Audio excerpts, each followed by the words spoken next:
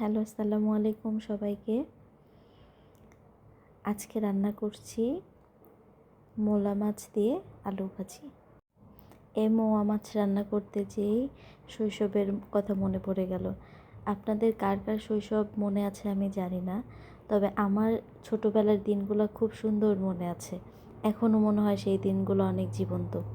শীতকালের সময় দেখা যেত বাবা সকালবেলায় মলা মাছ কিংবা গুঁড়া মাছ নিয়ে আসতো বাজার থেকে, আর আম্মু আলু চিকন চিকন করে কেটে এটা রান্না করতো, সাথে ধোয়া ওঠা ভাত। আমরা সব ভাই বোন মিলে চুলার পাড়ে বসতাম, অথবা যেখানে রোদ পড়তো মা সেখানে একটা পাটি বিছিয়ে দিতেন। আমরা সবাই একসাথে মিলে গরম ধোয়া ওঠা ভাত খেতাম, সাথে ছিল এই গুঁড়া মাছের ভাজি। সেই স্বাদ ছিল অতুলনীয়। এখনকার মাছে যদিও বা আমরা সেই স্বাদ পেয়ে থাকি না, কিন্তু ব্যাপার না।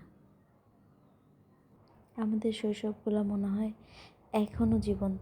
মনে হয় এই তো সেই দিন, মার পিছনে ছোটাছুটি করছি, কিংবা একজন অন্যজনের সাথে মারামারি করছি কিংবা ঝগড়া করছি, অথবা পিছনে লেগেই আছি একজন আরেকজনের।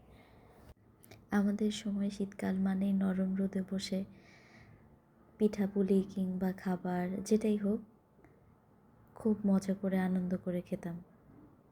এই দিনগুলা কখনো ভোলার মতো না। যারা আমরা এই দিনগুলো পেয়েছি তারা হয়তো জানি। কারা কারা শীতের নরম রোদে বসে ভাত খেয়েছেন কিংবা এই শৈশবগুলো পেয়েছেন, আমাকে কমেন্ট করে জানাতে পারেন আপনাদের শৈশবের স্মৃতিগুলো। ধন্যবাদ সবাইকে ভিডিওটি দেখার জন্য।